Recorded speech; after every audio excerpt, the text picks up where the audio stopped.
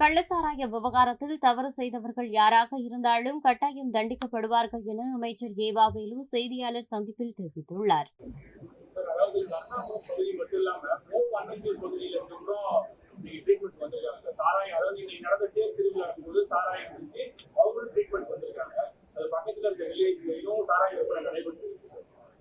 அதான் இப்ப தொடர்ந்து டாக்டருங்க இங்க இருக்கிற டீம் டாக்டர் இல்லாம பிரைமரி ஹெல்த் சென்டர் டாக்டருங்கெல்லாம் அது ஒரு டீம் போட்டு ஒரு கிராம பகுதியிலும் போய் நேரடியாக நீங்களே போய் வீடு வீடா போய் உங்களுக்கு என்ன பிரச்சனைக்கு என்ன அப்படின்றது நீங்க அலசி ஆராய்ந்து உடனே ட்ரீட்மெண்ட் ஆரம்பிக்கணும் அப்படின்னு அமைச்சர் அவர்கள் அவருக்கு ஆணையிட்டு இருக்கிறாங்க.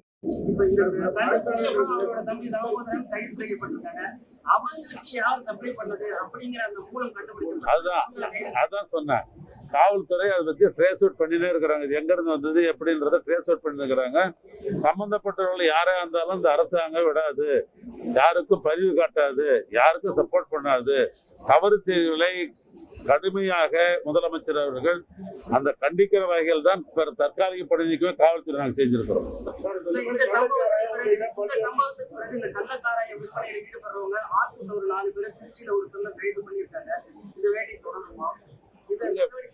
அரசாங்கத்தை பொறுத்த அளவுக்கு கள்ளச்சாராயம் காய்ச்சறவர்களாக இருந்தாலும் சரி, விற்பவராக இருந்தாலும் சரி, கடுமையான நடவடிக்கை எடுத்துக்கிட்டு தான் இருக்கிறோம்.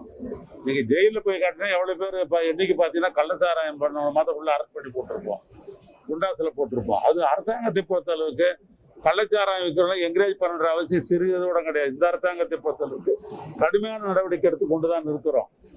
நாட்டினுடைய பாப்புலேஷன் உங்களுக்கே தெரியும் என்னன்னு. இது இந்த ஆட்சியில மாத்திரம் ஏதோ கள்ளச்சாராயம் வித்துதாங்க நடவடிக்கை அப்படிலாம் இல்லை. இது தொடர்ந்து காலாகாலமாக இருந்து. செய்திகளை உள்ளது உள்ளபடி தெரிந்து கொள்ள ரெஃப்ளெக்ட் நியூஸை சப்ஸ்கிரைப் பண்ணுங்க.